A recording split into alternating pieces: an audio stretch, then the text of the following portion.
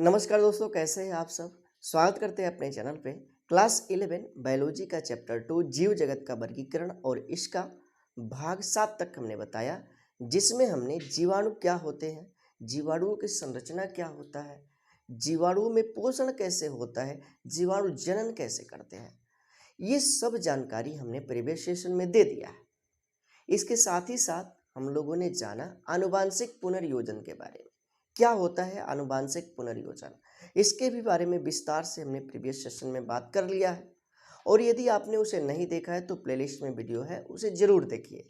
आज के वीडियो में हम बात करेंगे जीवाणुओं का आर्थिक महत्व। जीवाणुओं का आर्थिक महत्व क्या होता है। सबसे पहले हम ये जान लेते हैं कि आर्थिक महत्व का क्या मतलब है। आर्थिक महत्व क्या होता है, तो किसी भी सूक्ष्म जीव द्वारा जब मानव जाति के लिए लाभप्रद व हानिकारक दोनों तरह की क्रिया की जाए तो इसे ही आर्थिक महत्व कहा जाता है। इसका मतलब है कि सूक्ष्म जीव मानव के लिए उपयोगी उत्पाद बनाते हैं और जिससे कि मानव को शारीरिक व आर्थिक रूप से लाभ मिलता है। इसके साथ ही साथ सूक्ष्म जीवों से मनुष्य में अनेकों तरह के रोग होते हैं और जिससे कि आर्थिक रूप से उसे नुकसान भी होता है, शारीरिक रूप से नुकसान भी होता है, यानी कि हानिकारक क्रियाएं भी करते हैं। तो कोई भी जीव हो जब मानव के लिए लाभप्रद व हानिकारक दोनों तरह की क्रिया करे तो उसी को बोला जाता है आर्थिक महत्व। जीवाणु भी मानव के लिए आर्थिक महत्व है। इसका मतलब है कि जीवाणु भी मनुष्य के लिए लाभप्रद व हानिकारक दोनों तरह की क्रियाएं करते हैं, यानी कि मानव जाति को लाभ व हानियां जीवाणु से दोनों चीजें होती हैं और इसी का वर्णन जो है हम इस वीडियो में करने वाले हैं। तो समझ लेते हैं। सबसे पहले हम जानेंगे क्या लाभप्रद क्रियाएं, जीवाणुओं के द्वारा कौन सी क्रिया। तो जीवाणुओं का आर्थिक महत्व और सबसे पहले हम जानेंगे लाभप्रद क्रिया, यानी कि जीवाणुओं से वह सब क्रिया हम देखेंगे जिससे कि मनुष्य को लाभ हो। कई तरह से जीवाणु मनुष्य के लिए विभिन्न प्रकार के उत्पाद देते हैं और जिससे कि मनुष्य को लाभ होता है। सबसे पहले जिसमें हम जानेंगे क्या, भूमि उर्वरता में वृद्धि। जीवाणुओं के द्वारा भूमि की उर्वरता में वृद्धि होती है। ये कैसे वृद्धि होती है, तो वो भूमि से निरंतर नाइट्रोजन युक्त पदार्थ को उपलब्ध कराते हैं। किसके लिए, पौधों के लिए। तो पौधों के लिए भूमि से निरंतर नाइट्रोजन युक्त पदार्थ उपलब्ध कराने में सहयोग करते हैं कौन, जीवाणु। तो इस तरह से क्या होता है कि भूमि की उर्वरता बनी रहती है। तो यही है, भूमि में उर्वरता में वृद्धि करते हैं। भूमि उर्वरता में क्या करते हैं, वृद्धि करते हैं। अब ये जो वृद्धि करने वाले जीवाणु है, भूमि की उर्वरता में वृद्धि करने वाले जीवाणु है, इसको कुछ वर्गों में रख करके अध्ययन किया जाता है, जिसमें सबसे पहला है क्या, अमोनिकारक जीवाणु। अमोनिकारक जीवाणु ये क्या होते हैं, तो ये ऐसे जीवाणु होते हैं जो भूमि में उपस्थित प्रोटीन युक्त पदार्थ को अमोनिया में परिवर्तित कर देते हैं। प्रोटीन युक्त पदार्थ को किस में परिवर्तित कर देते हैं, अमोनिया में परिवर्तित कर देते हैं। अब ये जो अमोनिया मृदा में आ गई, मुक्त अमोनिया, तो मृदा में जल भी होता है, कार्बन डाइऑक्साइड भी होता है, क्योंकि जो पार्टिकल है, कण है, उनके बीच गैप होता है, उसमें वायु होता है। उस वायु में ऑक्सीजन, कार्बन डाइऑक्साइड, विभिन्न प्रकार की गैस है, तो उसमें ऑक्सीजन भी होता है और जल भी होता है। तो जो ये मुक्त अमोनिया है, जल व कार्बन डाइऑक्साइड से क्रिया करके जुड़ करके अमोनियम कार्बोनेट बनाती है, अमोनियम कार्बोनेट बनाती है और इसी का उपयोग पौधे करते हैं, जिससे कि उन्हें पोषण मिलता है और वे वृद्धि व विकास करते हैं।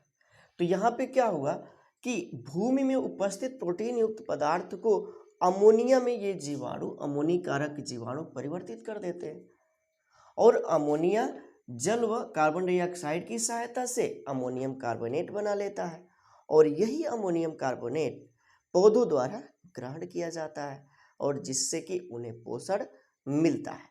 तो क्या हुआ, भूमि में अमोनियम कार्बोनेट की मात्रा को वृद्धि कर रहे हैं ये जीवाणु, यानी कि उसकी उर्वरता को बढ़ा रहे हैं।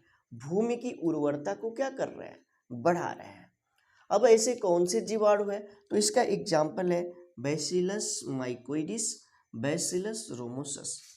तो ये जीवाणु कौन से जीवाणु कहे जाएंगे, अमोनिकारक जीवाणु। ये क्या करते हैं कि मृदा में उपस्थित मृदा की उर्वरता को बढ़ाने में सहायता करते हैं।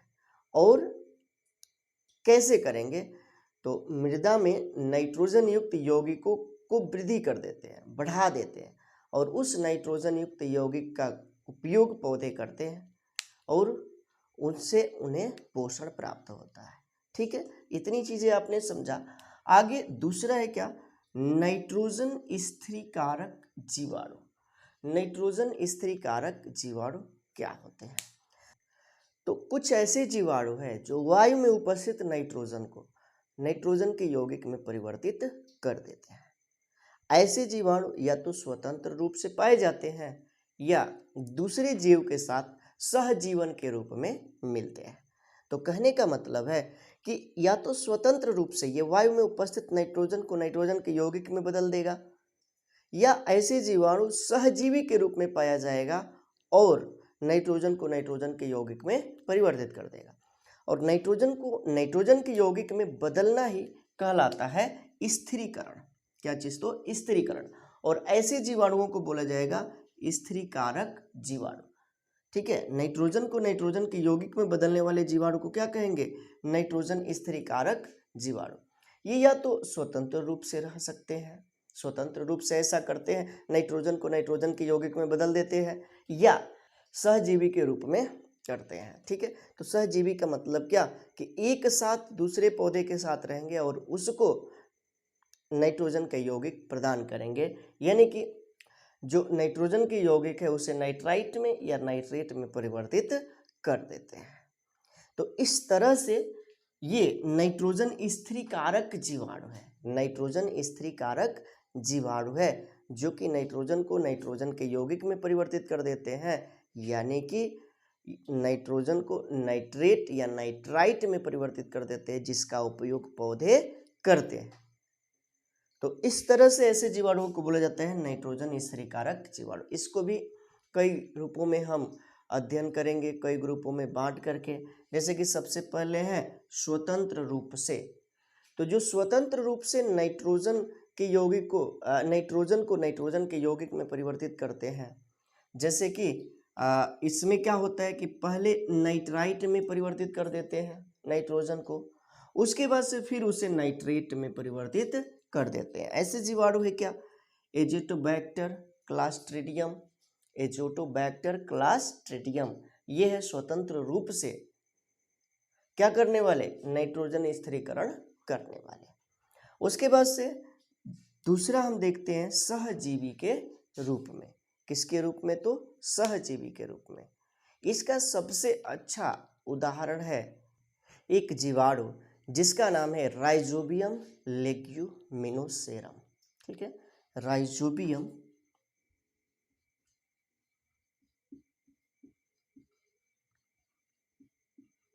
लेग्यूमिनोसेरम।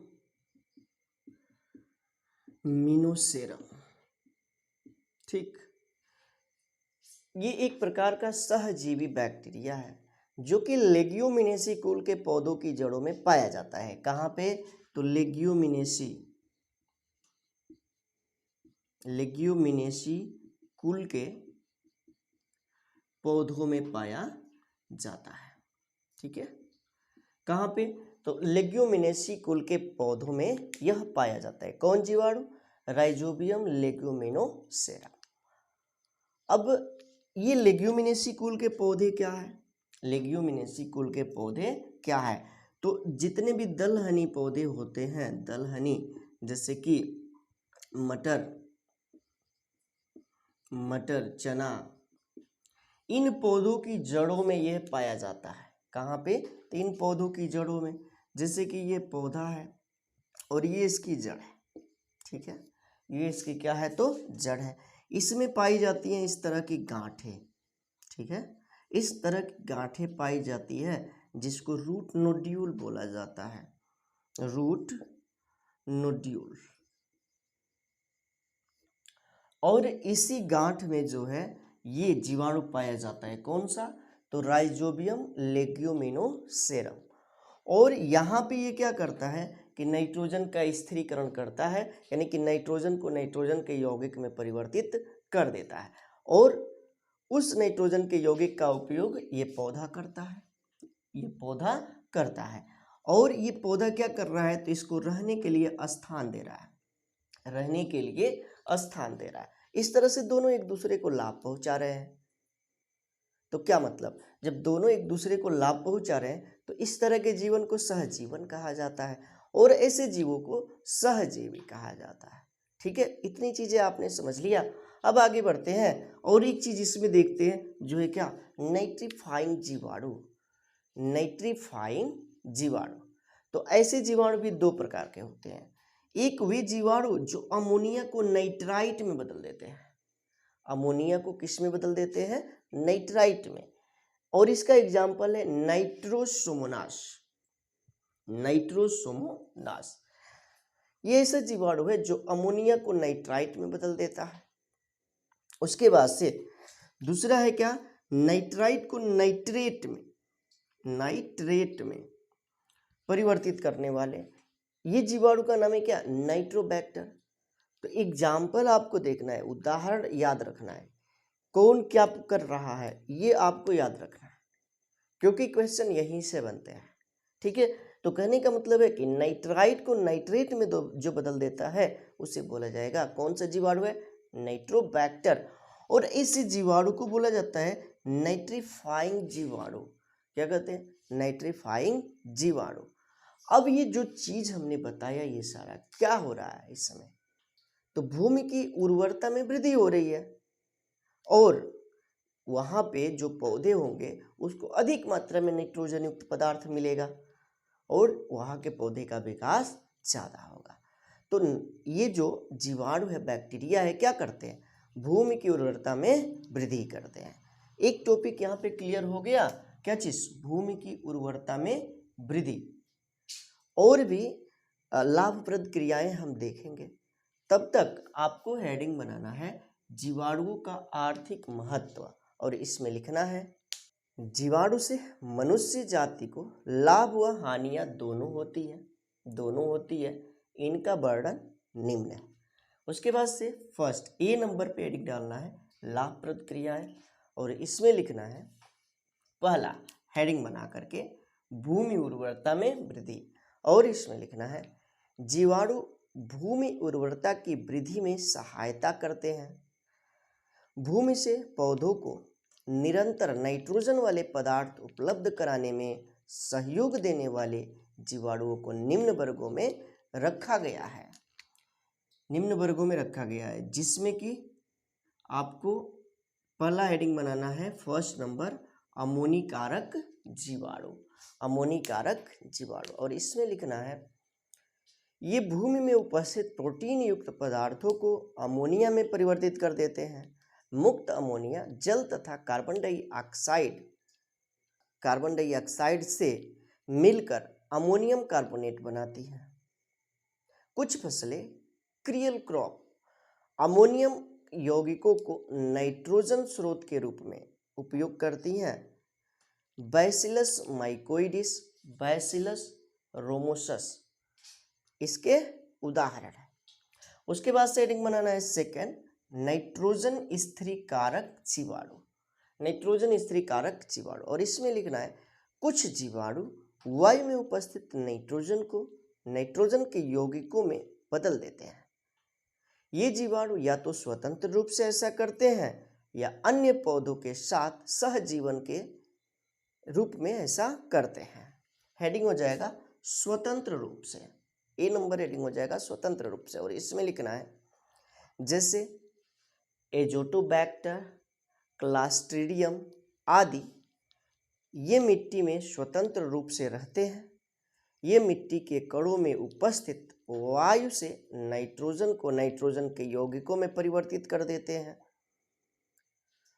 नाइट्रोजन को नाइट्रोजन के यौगिकों में परिवर्तित कर देते हैं। ठीक, उसके बाद से बी हेडिंग डालना है सहजीवी के रूप में।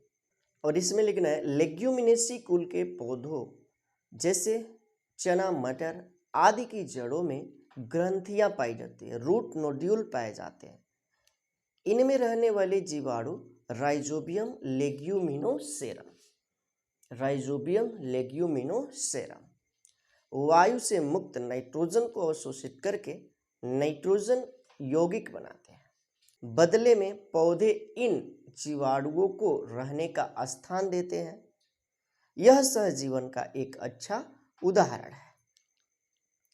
इससे भूमि की उर्वरता में वृद्धि होती है।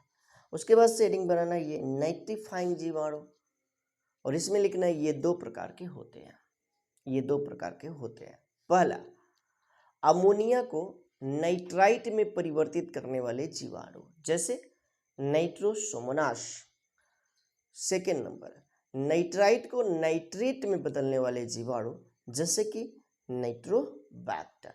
ठीक, तो ये चीजें आपने जाना। यहाँ पे पहला हमने यहाँ पे बताया इसका क्या, भूमि उर्वरता में वृद्धि। अब आगे हम लोग जानेंगे क्या चीज, तो जीवाणुओं का उद्योगों में महत्व। भूमि उर्वरता में वृद्धि तो हो गया, उद्योगों में महत्व, तो आपको इसका स्क्रीनशॉट लेना है और उसके बाद से हम जानेंगे उद्योगों में महत्व क्या है, किसका, तो जीवाणुओं का। चलिए देख लेते हैं जीवाणुओं का उद्योगों में महत्व। भूमि उर्वरता में वृद्धि हो गया,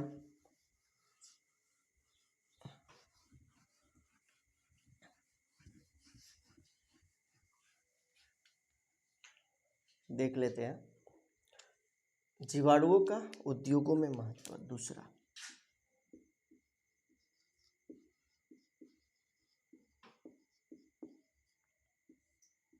जीवाणुओं का उद्योगों में महत्व समझते चलना है। बहुत सारे उत्पाद जीवाणुओं के द्वारा बनाए जाते हैं और उससे मनुष्य को लाभ मिलता है, और जब ये औद्योगिक स्तर पर होता है तो इसको बोला जाता है औद्योगिक महत्व। ठीक है, तो औद्योगिक स्तर पर भी जीवाणुओं से विभिन्न प्रकार के उत्पाद बनाए जाते हैं, जिसमें हम सबसे पहले जानेंगे क्या चीज, तो डेयरी उद्योग। फर्स्ट नंबर पे आ जाएगा डेयरी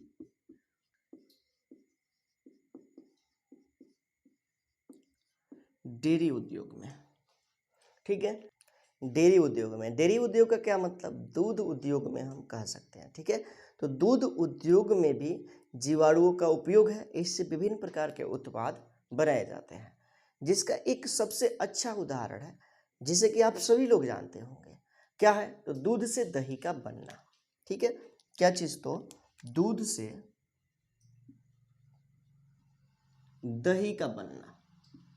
ठीक है, दूध से दही कैसे बनता है, तो यहाँ पे एक बैक्टीरिया उपयोग में लाया जाता है, उस बैक्टीरिया का नाम है लैक्टोबैसिलस। लैक्टोबैसिलस, क्या चीज, तो लैक्टोबैसिलस।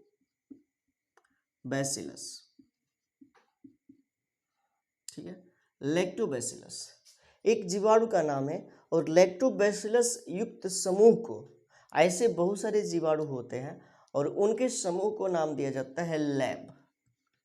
क्या चीज, तो lab. Lactic acid bacteria, lactic acid bacteria, ये ऐसे बैक्टीरिया होते हैं जो दूध को दही में परिवर्तित कर देते हैं। ठीक है, एक चीज और बात की, यदि आपको हमारी जो स्पीड है थोड़ा स्लो दिखे, आपको लगता है कि आप थोड़ा तेज स्पीड पे पढ़ सकते हैं, तो YouTube ने आपको फैसिलिटी दिया है, आप ऊपर 3 डॉट को जो है क्लिक करेंगे तो वहाँ पे आपको स्पीड दिखेगा, जहाँ पे नॉर्मल होगा थोड़ा सा वहाँ से आप स्पीड बढ़ा करके वीडियो को देख सकते हैं। हम सभी के हिसाब से वीडियो बनाते हैं, यहाँ पे स्लो पढ़ने वाले भी स्टूडेंट है और फास्ट पढ़ने वाले भी स्टूडेंट है, तो स्लो या फास्ट के लिए यही है कि आपको जो है यूट्यूब ने फैसिलिटी दिया है उसका आप यूज कीजिए। ठीक है, तो ये हो गया। यहाँ पे लैक्टिक एसिड बैक्टीरिया ये क्या करते हैं, दूध को दही में परिवर्तित कर देते हैं। दूध में एक शर्करा पाया जाता है, उस शर्करा का नाम है लैक्टोज शर्करा। कौन सा शर्करा? तो लैक्टोज शर्करा। और इसी के द्वारा इसमें जो अम्ल होता है उस अम्ल का नाम है लैक्टिक अम्ल। कौन सा अम्ल? तो लैक्टिक अम्ल। ठीक है। और जब दूध से दही बनता है तो लैक्टिक अम्ल की अधिकता हो जाती है और जिस कारण से दूध क्या होता है? खट्टा होता है और हम लोग कह देते हैं क्या हो गया? वो दूध से दही में परिवर्तित हो गया। और दूध में जो प्रोटीन पाया जाता है उस प्रोटीन का नाम है केसीन प्रोटीन। कौन सा? तो दूध के प्रोटीन को बोला जाता है प्रोटीन। कौन सा है? Casein protein. इसका भी आंशिक पाचन होता है। आंशिक पाचन होता है जब दूध से दही में परिवर्तन होता है तो। ठीक है, तो ये बातें आपको याद रखनी कि दूध में कौन सा प्रोटीन पाया जाता है? Casein protein. उसके बाद से लैक्टोज शर्करा से लैक्टिक एसिड परिवर्तित हो जाता है और जिस कारण से दूध दही में परिवर्तित हो जाता है, यानी कि दूध खट्टा हो जाता है। ठीक है, इतनी चीज़ें आपने समझ लिया। क्या चीज़? तो डेयरी उद्योग में यहाँ पे दूध से दही का बनना हमने एग्जाम्पल लिया। अब जो दही है इसमें प्रोटीन की मात्रा दूध से अधिक होता है। दही ज़्यादा गुणवत्ता वाला होता है। किससे? दूध से। तो इस तरह से क्या हुआ? एक तरह से लाभदायक प्रोडक्ट ही तो उत्पाद हुआ, प्राप्त हुआ। किसके द्वारा? जीवाणु के द्वारा। ठीक है, आगे अगला जो हम औद्योगिक उद्योग की बात करेंगे उसका है क्या? सिरका बनाने में। क्या बनाने में? सिरका बनाने में। दूसरा, सिरका बनाने में। सिरका बनाने में तो यहाँ पे एक बैक्टीरिया यूज किया जाता है जिसका नाम है एसिटोबैक्टर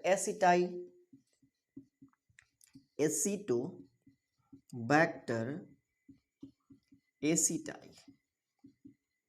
ठीक है, तो एसिटोबैक्टर एसिटाई से क्या होता है कि सिरका बनता है और यह बैक्टीरिया क्या करता है? सिरका बनाता है। ये किससे बनता है? सिरके में क्या पाया जाता है? तो एसिटिक अम्ल पाया जाता है। कौन सा अम्ल? तो एसिटिक अम्ल। ठीक है, एसिटिक अम्ल। उसके बाद से औषधियों के निर्माण में। तीसरा, डेयरी उद्योग हो गया, सिरका बनाने में हो गया, और तीसरा देख लेते औषधियों के निर्माण में। ठीक है, तो विभिन्न प्रकार की औषधियाँ बनाई जाती हैं। किसके द्वारा? तो जीवाणुओं से। अनेक प्रकार की होती है। एंटीबायोटिक प्राप्त होती है, जो कि आपको इसमें से कुछ एक दो औषधियों के बारे में हम यहाँ पे बताएंगे। जैसे कि स्ट्रेप्टोमाइसिन है, एक औषधि है स्ट्रेप्टोमाइसिन।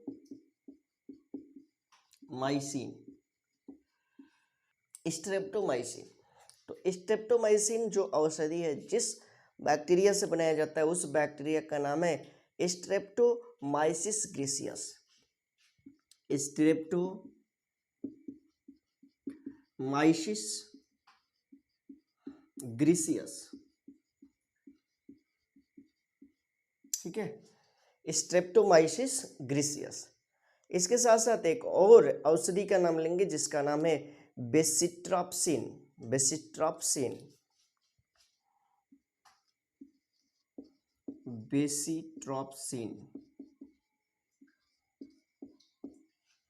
और यह जिस बैक्टीरिया से बनाया जाता है उसका नाम है बैसिलस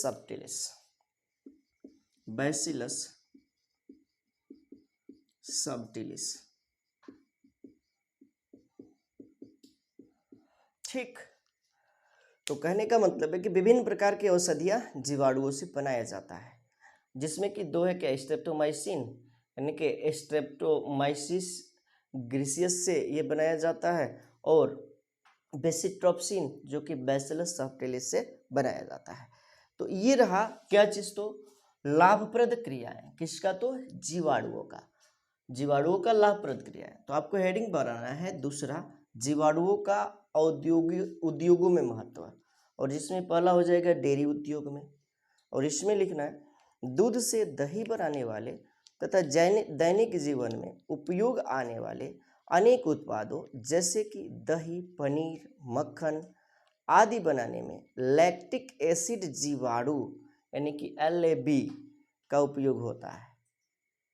यानी कि दही भी बनाया जाता है, पनीर भी बनाया जाता है, मक्खन भी बनाया जाता है इस जीवाणुओं के सहयोग से। आगे लिखना है, ये जीवाणु दूध के लैक्टोज शुगर को लैक्टिक अम्ल में बदल देते हैं जिससे दूध खट्टा हो जाता है। उसके बाद से हेडिंग बनाना है सिरका बनाने में, और इसमें लिखना है सिरका बनाने में एसिटोबैक्टर एसिटाई जीवाणु काम में लाया जाता है। उसके बाद से हेडिंग लिखना है तीसरा, औषधियों के निर्माण में। इसमें लिखना है जीवाणु से अनेक एंटीबायोटिक प्राप्त होती है जो कि जैसे कि स्ट्रेप्टोमाइसिस ग्रेसियस से, बेसिट्रोप्सिन बैसिलस सबटिलिस से। तो इतना हो गया। और एक लाभप्रद क्रिया होगा क्या चीज, तो वाहित मल के अपघटन से। इसे देख लिया जाए क्या है, वाहित मल के अपघटन से। तो ये सारी चीजें हम मिटाएंगे, आपको स्क्रीनशॉट लेना है, स्क्रीनशॉट लीजिए। चलिए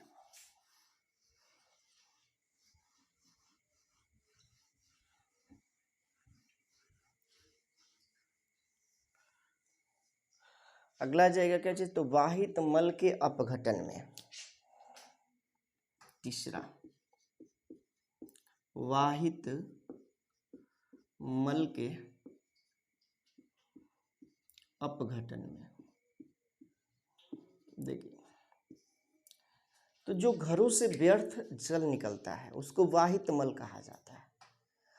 उस व्यर्थ जल को किसी प्राकृतिक जल स्रोत में ले जाके बहाया जाता है, गिराया जाता है, जैसे कि नदी हो, तालाब हो, उसमें जो है उस वाहित मल को गिराया जाता है। जो घरों से व्यर्थ जल निकलता है यानी कि उपयोग करने के बाद जो जल बाहर निकाला जाता है घरों से, उसी को वाहित मल बोला जाता है, जिसे कि डायरेक्ट नदियों में उसे प्रवाहित किया जाता है, विसर्जित किया जाता है। लेकिन नदियों में या प्राकृतिक जल स्रोतों में विसर्जित करने से पहले उसका ट्रीटमेंट किया जाता है, उसका उपचार किया जाता है, क्योंकि उसमें विभिन्न प्रकार के रसायन होते हैं, विभिन्न प्रकार के सूक्ष्म जीव होते हैं। यदि उसको डायरेक्ट विसर्जित किया जाए प्राकृतिक जल स्रोतों में तो वहाँ के जीवों को ये नुकसान करेंगे, वहाँ के जीवों को हानि करेंगे। तो इसलिए प्राकृतिक जल स्रोत में भेजने से पहले इस वाहित मल को क्या किया जाता है, उसका उपचार किया जाता है, उसका ट्रीटमेंट किया जाता है। और इसके लिए जिसका उपयोग किया जाता है वो जीवाणु का उपयोग ही किया जाता है। तो जीवाणु क्या कर रहा है, इस वाहित मल को उपचार करने में काम आ रहा है। तो इस तरह से क्या है कि दूसरे जीवों को हानियां ना हो, उसके साथ साथ मनुष्य को भी कोई हानि ना हो, व्याधियां ना हो, इसके लिए जीवाणु का यहाँ पे उपयोग किया जाता है। वहाँ पे ये क्या करता है कि जटिल कार्बनिक पदार्थ को सरल कार्बनिक पदार्थ में परिवर्तित कर देता है, और जिससे कि उसका उपयोग पौधे कर पाते हैं।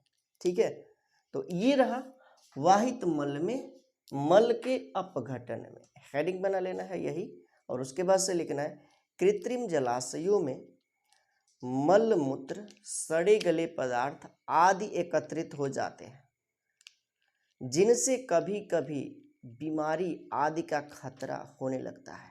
परंतु जीवाणु इन जटिल कार्बनिक पदार्थों को सरल कार्बनिक पदार्थों में परिवर्तित करते हैं, जिससे इनका उपयोग पौधे कर पाते हैं। तो यहाँ पे हमने लाभप्रद क्रियाएं कंप्लीट कर लिया है। अब हम जानेंगे क्या चीज, तो हानिकारक क्रिया। हानिकारक क्रिया बी नंबर पे आ जाएगा।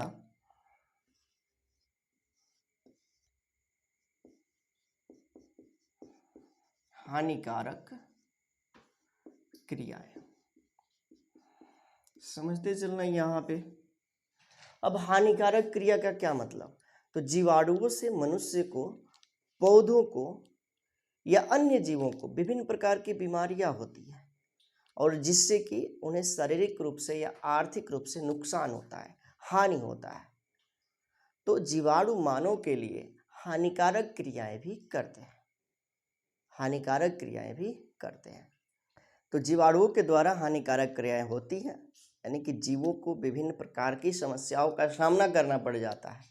किसके द्वारा? तो बैक्टीरिया के द्वारा। इसी के बारे में हम अब बात करने वाले हैं।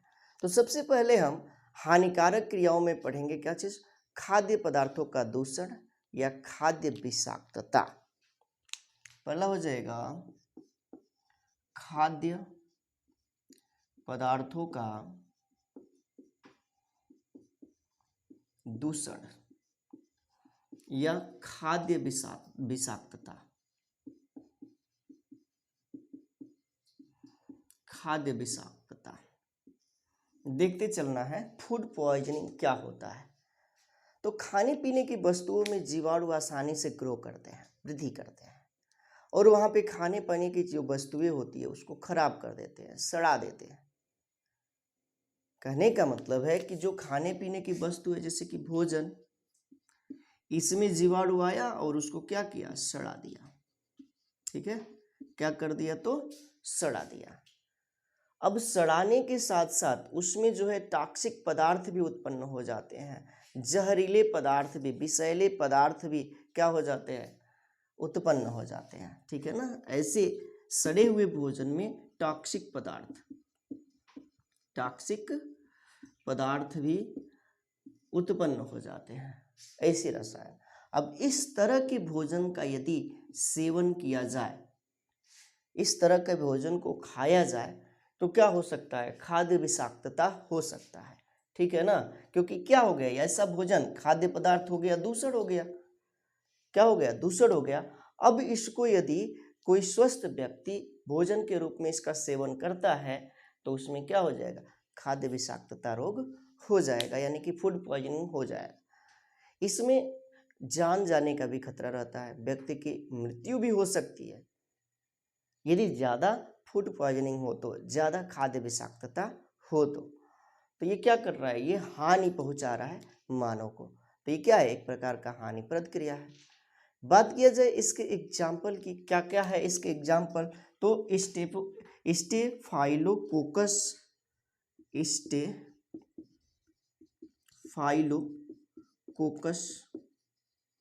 जीवाणु है। इसके साथ माइक्रोकोकस है, माइक्रोकोकस जीवाणु है। इसके साथ साथ क्लास्ट्रीडियम बोट्यूलिनम है, क्लास्ट्रीडियम बोट्यूलिनम।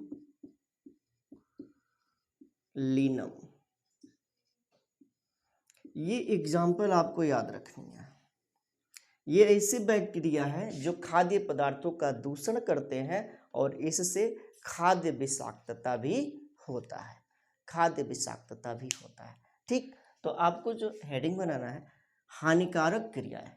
क्या चीज? तो हानिकारक क्रिया है, जिसमें पहला हेडिंग हो जाएगा खाद्य पदार्थों का दूषण या खाद्य विषाक्तता, और इसमें लिखना है खाद्य विषाक्तता है ये, और इसमें लिखना है जीवाणु खाने पीने के पदार्थों में सुगमता से वृद्धि करते हैं। कभी कभी कुछ जीवाणु खाद्य पदार्थों का अपघटन करके उसमें विषैले पदार्थों का संचय कर देते हैं। ऐसे भोजन के सेवन से खाद्य विषाक्तता, फूड पॉइजनिंग होने का खतरा रहता है।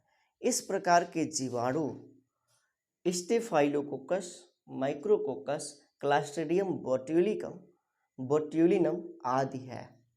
ठीक है, तो ये हो गया आपका क्या चीज? तो खाद्य पदार्थों का दूषण, पहला हानिकारक क्रिया। आगे भी देखा जाएगा, अभी कई सारे हानिकारक क्रियाएं हैं। तो अगला जो हानिकारक क्रिया है क्या? डीनाइट्रीफाइंग जीवाणु।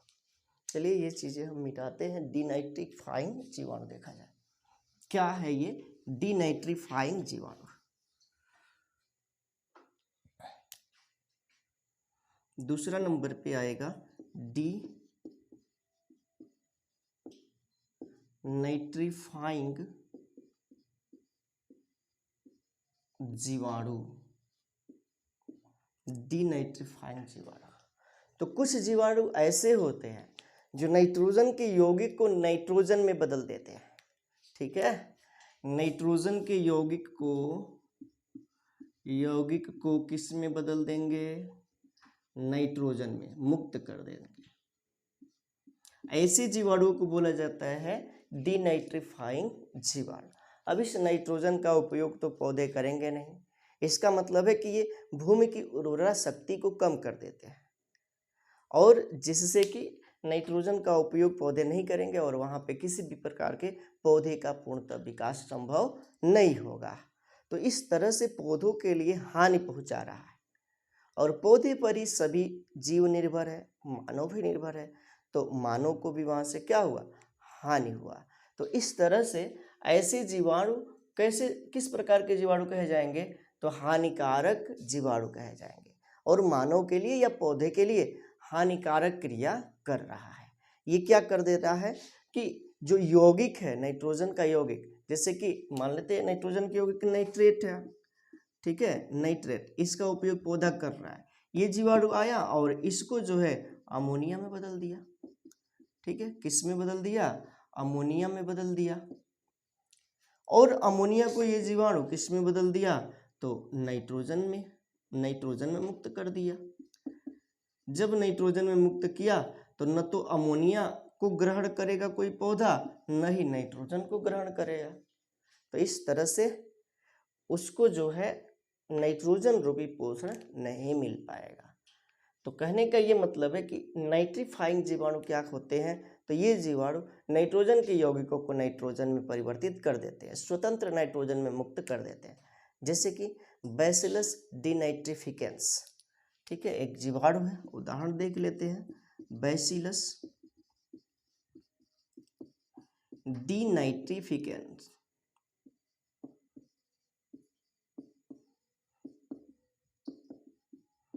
ठीक है, ये जीवाणु है बैसिलस डीनाइट्रिफिकेंस।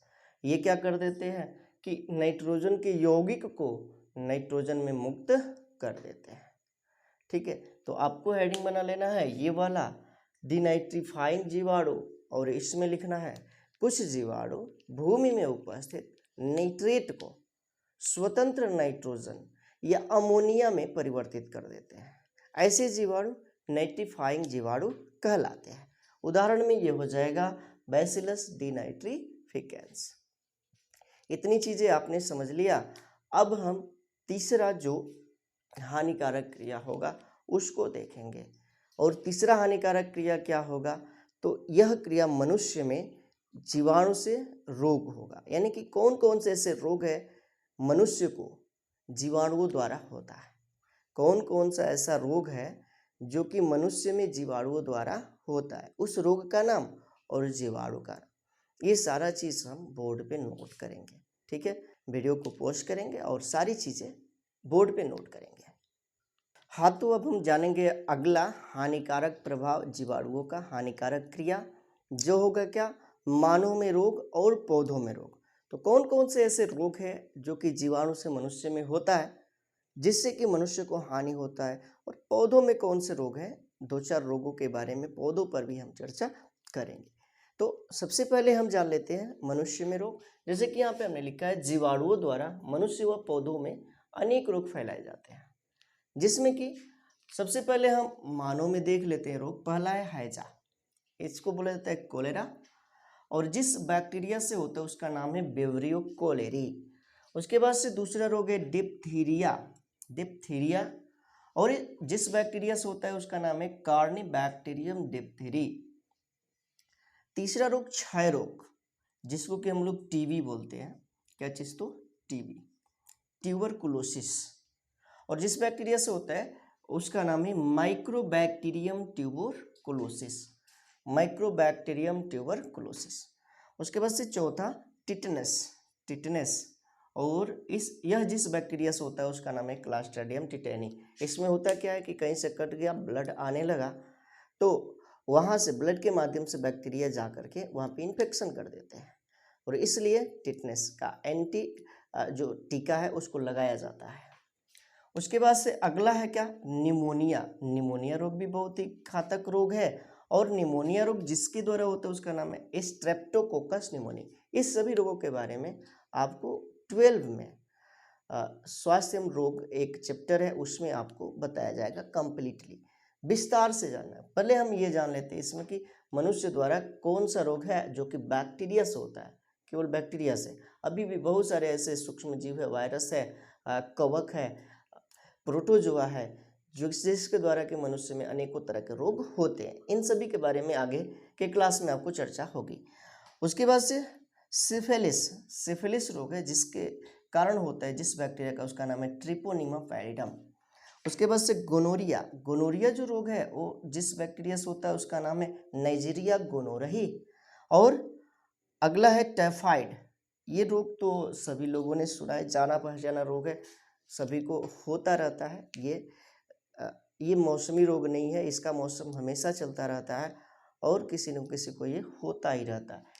ये भी बैक्टीरिया के कारण होता है और जिस बैक्टीरिया से होता है उसका नाम है साल्मोनेला टाइफी। अब पौधों में भी कुछ रोग है, जैसे कि सिट्रस कैंकर है, ये रोग का नाम है सिट्रस कैंकर। और जिस जीवाणु के कारण होता है उसका नाम है जैंथोमोनास सिट्राई। और रिंग रॉट ऑफ पोटैटो, और यह जिसके कारण होता है वह है क्या, जैंथोमोनास सेलेनेसिया। तो यहाँ पे ये कंप्लीट हो गया जीवाणुओं का आर्थिक महत्व। तो यहाँ पे जीवाणु के बारे में कंप्लीटली जानकारी हो चुका है और जितनी भी जानकारी थी आपके सिलेबस से रिलेटेड वो सब कुछ हमने बता दिया है जीवाणुओं के बारे में। इस चैप्टर के जो अगले टॉपिक होगा उसको हम अगले वीडियो में बात करेंगे। इस वीडियो में इतना ही रहने देते हैं। यदि आपको समझ में आता है तो कमेंट के माध्यम से ज़रूर बताएं और वीडियो को लाइक ज़रूर करें। इसे अपने मित्रों में शेयर करना न भूलें। मिलते हैं अगले वीडियो में, तब तक के लिए thank you, thanks for watching. जुड़े रहें नारायण सर क्लासेस के साथ।